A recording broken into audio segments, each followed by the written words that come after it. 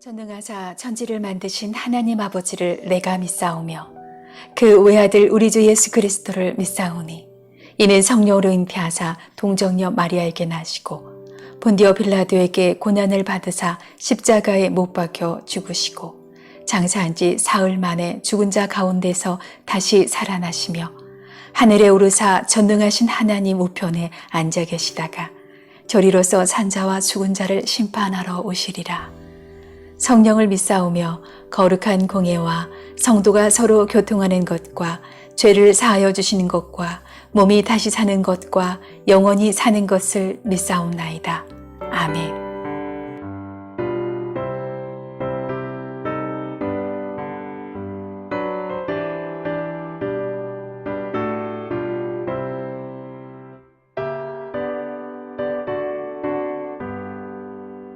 온 세상 위하여 나 복음 전하리 만 백성 모두 나와서 주 말씀 들으라 죄 중에 빠져서 헤매는 자들아 주님의 음성 듣고서 너 구원받으라 전하고 기도해 매일 증인 되리라 세상 모든 사람 다 듣고 그 사랑 알도록 온 세상 위하여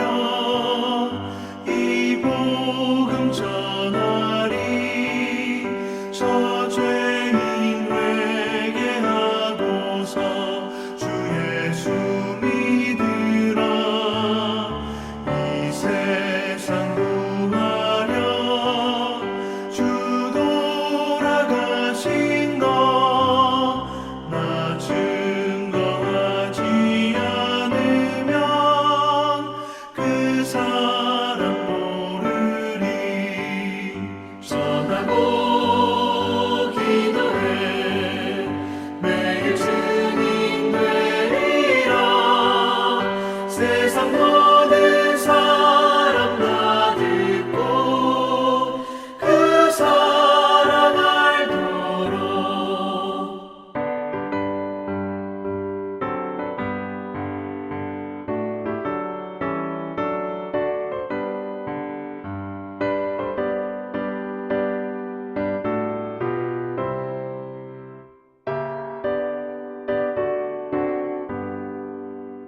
온 세상 위하여 주 은혜 임하니 주 예수 이름 힘입어 이 복음 전하자 먼 곳에 나가서 전하지 못해도 나 어느 곳에 있든지 늘 기도 힘쓰리 전하고 기도해 매일 증인 되리라 세상 모든 사람 다 듣고 그 사랑 알도록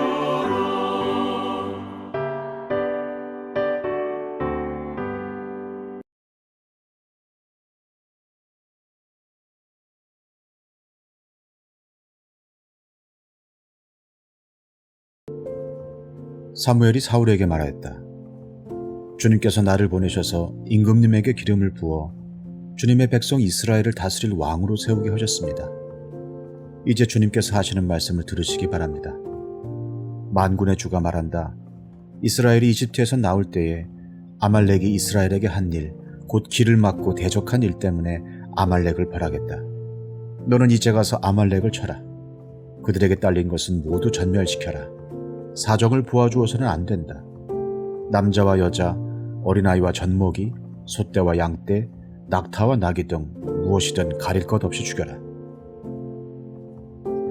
사울이 백성을 불러 모으고 들라임에서 그 수를 헤아려 보니 보병이 20만 명이었다. 유다에서 온 사람도 10,000명이나 되었다. 사울은 아말렉 성읍에 이르러서 물마른 개울에 군인들을 매복시켰다. 사울이 갠 사람들에게 경고하였다. 당신들은 어서 거기에서 떠나시오. 내가 아말렉 사람들을 칠 때 당신들을 함께 치지 않도록 그들 가운데서 떠나시오. 당신들은 이스라엘 자손이 이집트에서 올라올 때 그들에게 친절을 베푼 사람들이요. 그러자 갠 사람들이 아말렉 사람들 가운데서 빠져나갔다. 그런 다음에 사울은 하윌라에서부터 이집트의 동쪽에 이르는 수루 지역에 이르기까지 아말렉 사람을 쳤다. 아말렉 왕 아각은 사로잡았고 나머지 백성은 모조리 칼로 쳐서 없애버렸다. 그러나 사울과 그의 군대는 아각뿐만 아니라 양떼와 소떼 가운데서도 가장 좋은 것들과 가장 기름진 짐승들과 어린 양들과 좋은 것들은 무엇이든지 모두 아깝게 여겨 진멸하지 않고 다만 쓸모없고 값없는 것들만 골라서 진멸하였다. 왕을 세우시는 하나님의 이야기 사무엘서. 자, 오늘은 15장 아멜렉과의 전쟁 살펴보도록 하겠습니다. 13장에서 사울의 왕조가 하나님께 벌을 받습니다. 이제 사울의 왕조가 영원하지 않을 것이다. 끊겨질 것이다. 이런 심판을 받았다면 이제 15장에서는 사울의 왕조, 사울의 후손이 아니라 사울이 하나님께 벌음받습니다. 사울도 그 왕위를 온전히 채우지 못하고 하나님께 심판을 받게 되는 것입니다. 자, 3절을 보니까요. 하나님이 사울에게 아멜렉 족속을 진멸하라고 명하시는데요. 자, 이 아멜렉 족속은 사막에서 배회하는 유목민들, 베두인들입니다. 출애굽 당시, 이제 과거로 돌아가서요. 출애굽 당시 이스라엘을 이 아멜렉이 공격을 했는데요. 그냥 공격한 것이 아니라, 전면전을 한 것이 아니라 행군함으로 지친 이스라엘이 힘들었을 때 그 후미, 진영의 후미를 공격했습니다. 노역자들과 여자들로 구성된 가장 취약한 이제 후미를 공격한 것이죠. 자, 하나님께서는 이처럼 아멜렉의 그 야비한 행동을 벌하시겠다 말씀하셨습니다. 그래서 아멜렉과 이스라엘은 성경 내내 이제 적대 관계를 유지하게 됩니다. 에스더서를 보면 하만이라는 사람이 나와서 앙심을 품고 저 유대인들을 다 진멸해야겠다는 이제 교활한 계획을 펼치는데 이 하만이 아각의 후손이다. 즉 아멜렉 사람이다. 이렇게 말하고 있습니다.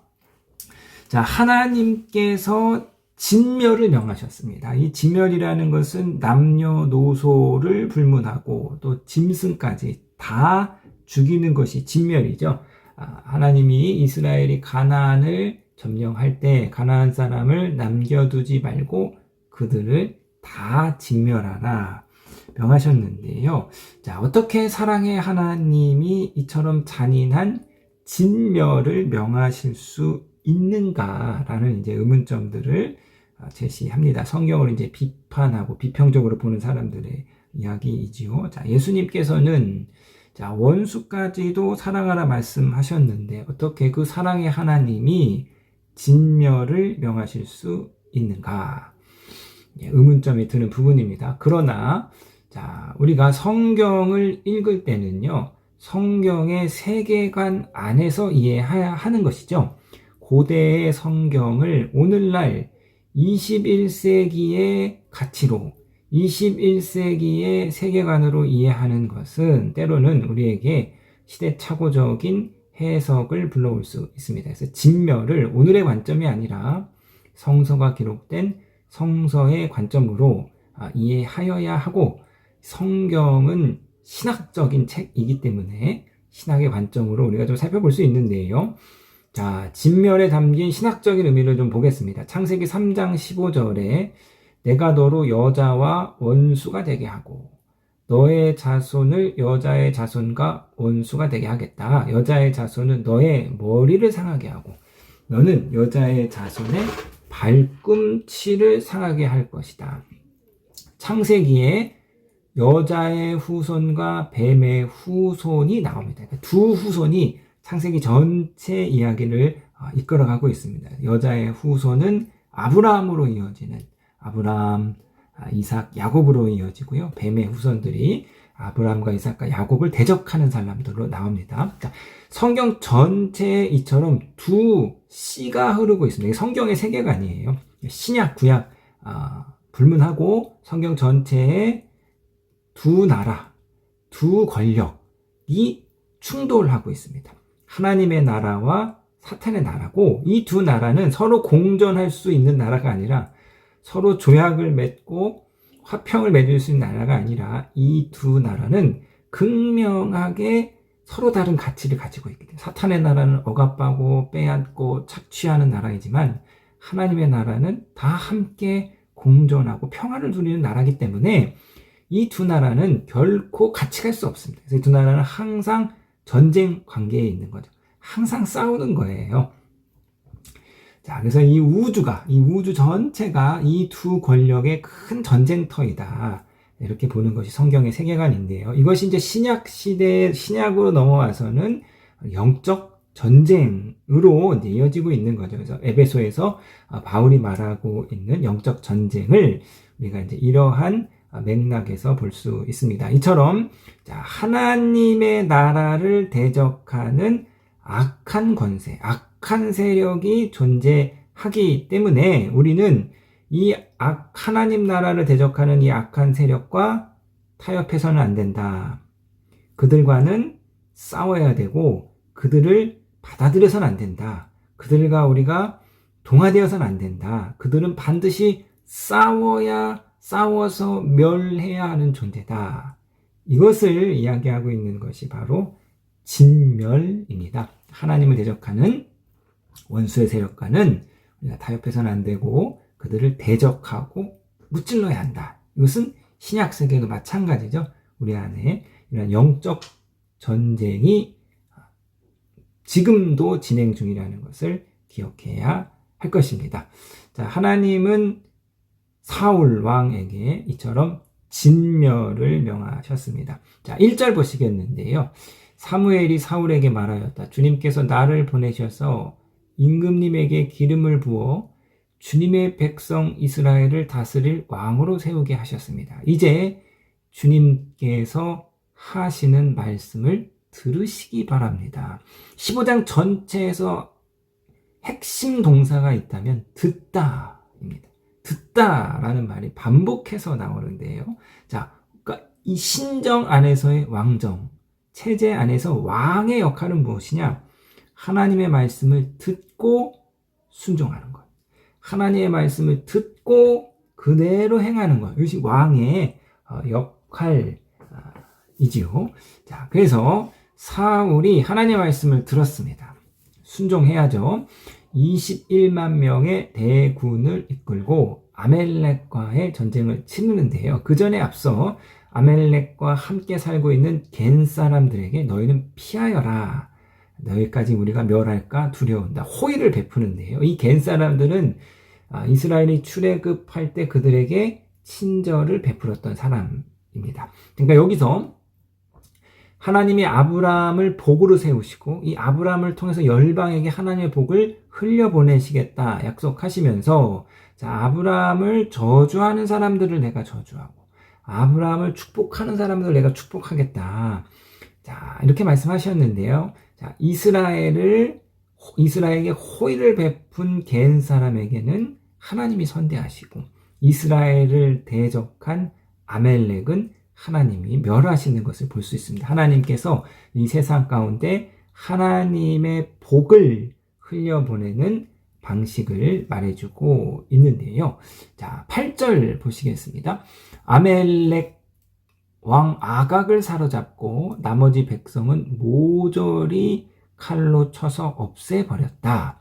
자, 진멸을 하나님께 들은 진멸을 8절에서 사울이 실행했습니다. 그런데요, 9절 보시니까 그러나 사울과 그의 군대는 아각뿐만 아니라 양떼와 소떼 가운데서도 가장 좋은 것들과 가장 기름진 짐승들과 어린 양들과 좋은 것들 무엇이든지 모두 아깝게 여겨 진멸하지 않고 다만 쓸모없고 값없는 것들만 골라서 진멸하였다. 사울이 아멜렉의 모든 백성은 진멸하되 아각 왕과 양과 소와 같이 돈이 될 만한 것은 진멸하지 않았습니다. 사울의 순종은요, 자신에게 유리한 것, 자신에게 편리한 것만 순종하고 자신에게 불리한 것, 자신에게 손해가 되는 것은 순종하지 않았습니다. 자기 편한 대로만 순종하는 사람, 자기 하고 싶은 것만 하는 사람, 지 마음에 내킬 때는 하고, 토라짐을 안 하고, 기분 좋을 때는 하고, 기분 나쁘면 안 하고, 좀 바쁘면 안 오고, 이러는 사람하고는 하나님이 함께 일하실 수 없습니다. 그런 사람을 하나님의 왕으로 세우실 순 없지요. 그래서 사울이 하나님께 버림받게 됩니다. 재밌는 거는요, 사울은 본인이 순종했다고 생각합니다. 순종했잖아요. 근데 하나님은 그것을 순종으로 여기시지 않는 거죠. 나는 열심히 순종했다고 생각했는데 순종을 받으신 하나님은 그거는 순종 아니야. 네 눈에 좋은 것대로, 네 편한 대로, 네 이익되는 것만 하는 건 순종 아니야. 이렇게 말씀하시는 겁니다.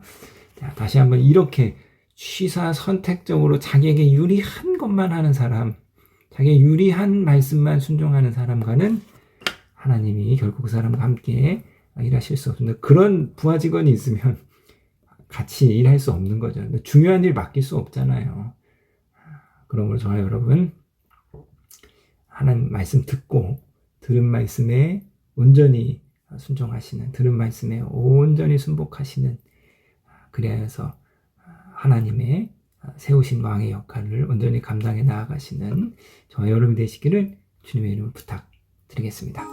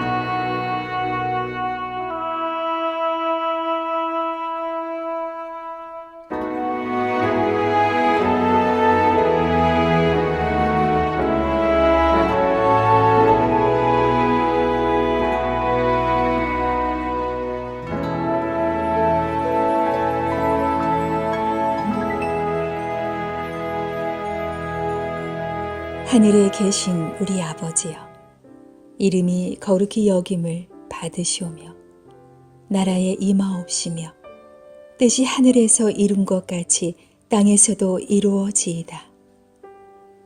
오늘날 우리에게 일용할 양식을 주옵시고 우리가 우리에게 죄 지은 자를 사하여 준 것 같이 우리 죄를 사하여 주옵시고 우리를 시험에 들게 하지 마옵시고 다만 악에서 구하옵소서.